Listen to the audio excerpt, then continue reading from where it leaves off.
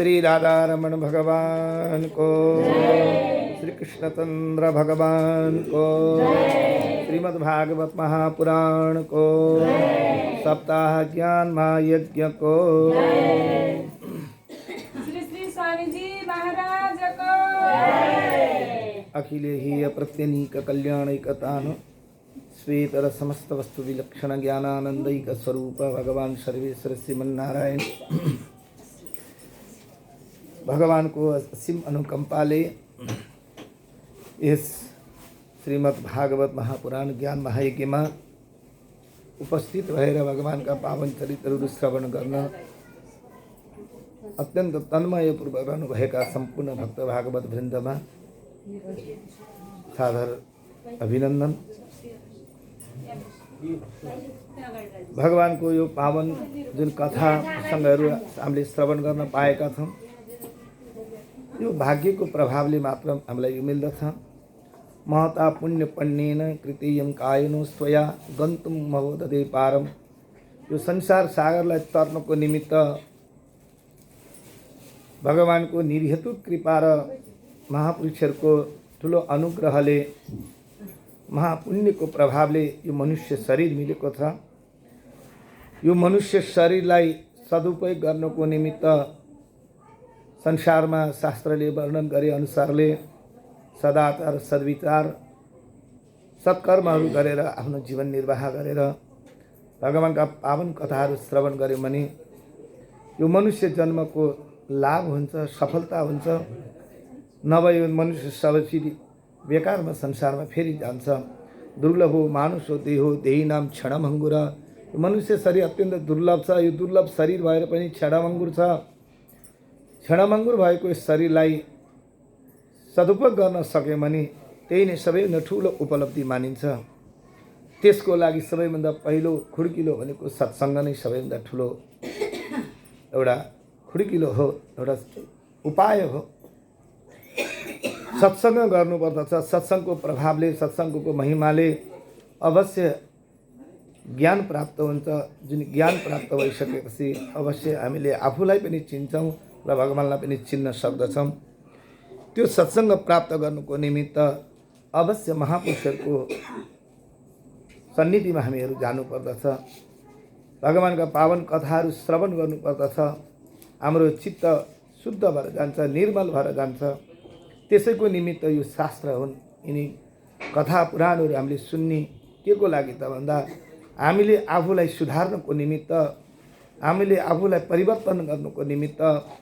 यो संसारमा भागवतले हामीलाई जीवन जिउन सिकाउँदछ।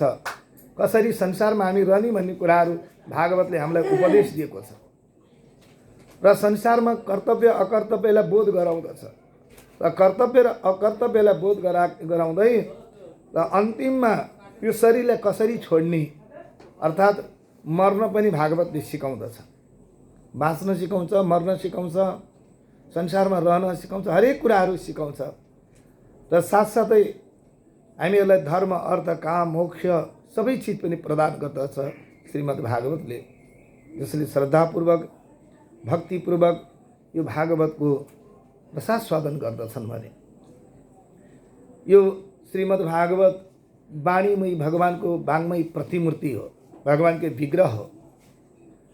यसमा सारा सुरुदेखिबाट अन्त्यसम्म सारा सबैतिर वर्णन गरिएको त केवल वेदको अर्थ वर्णन गरिएको छ, वेदान्तको सार बताइएको छ। यसमा प्रत्येक पद पदमा अत्यन्त मधुर रसले भरिपूर्ण भएको छ। यस्तो ग्रन्थ यो श्रीमद् भागवत। जति सुन्यो त्यति नै नवीनतम नयाँ नयाँको यसमा रसास्वादन हुन्छ। यस्तो श्रीमद् भागवत हो।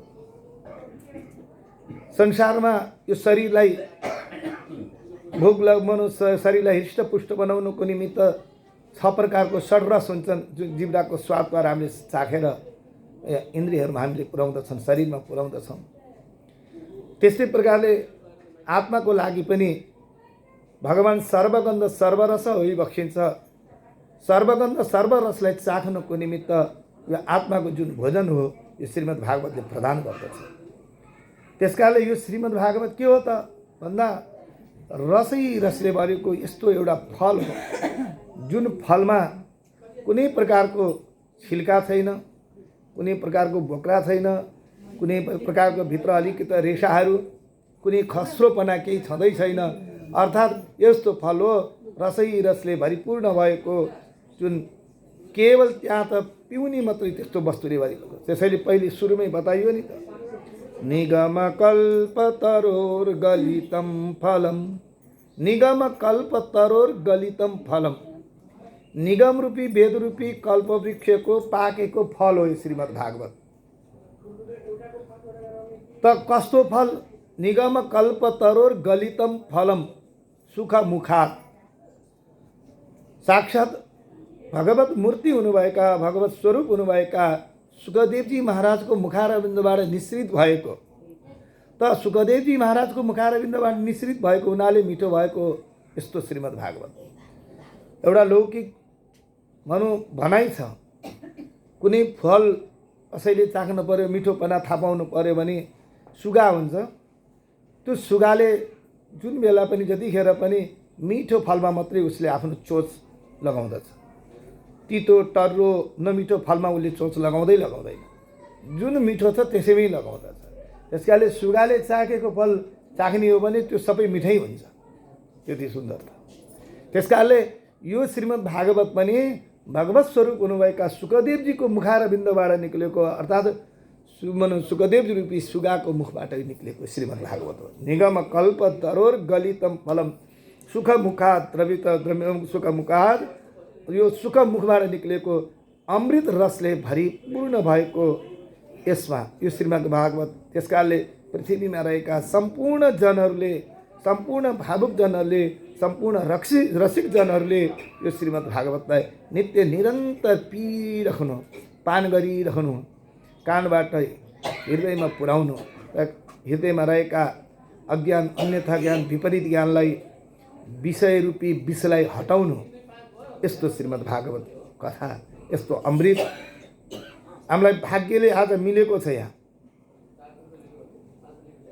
श्रवण गर्न पाएका छौँ हामीले।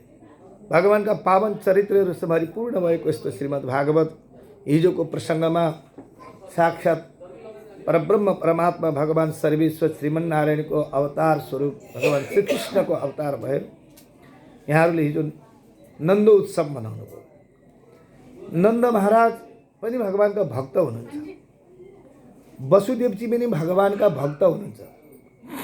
त भगवानलाई कसैले पुत्र रूपमा प्राप्त गर्न चाहन्छन् भने पनि भगवान त्यसको लागि पुत्र बनिदिनुहुन्छ। अर्थात् वसुदेव पनि नन्द बाबा पनि दुवै भगवानका भक्त हुन्।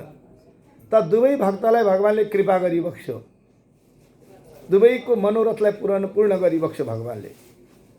त यसमा विशेषता के छ भने नन्द बाबा स्वगत शरणागति प्रपत्ति भइबक्सिन्छ भने नन्द बाबा परगत स्वीकार प्रपत्ति भइबक्सिन्छ। स्वगत स्वीकार प्रपत्ति र परगत स्वीकार प्रपत्ति भनेर शास्त्रले बताएको। जसै भगवानलाई हामीले प्राप्त गर्नु पर्यो भने कसैले आफ्नो शक्तिद्वारा, आफ्नो विद्या अध्ययन स्वाध्यायद्वारा, ज्ञानद्वारा मैले भगवानलाई प्राप्त गर्छु भनेर कसैले खोजी गर्छ भने उसले पनि सफलता त प्राप्त गर्न सक्छ, तर उसले आफ्नो सफलतामा विश्वास हुँदैन।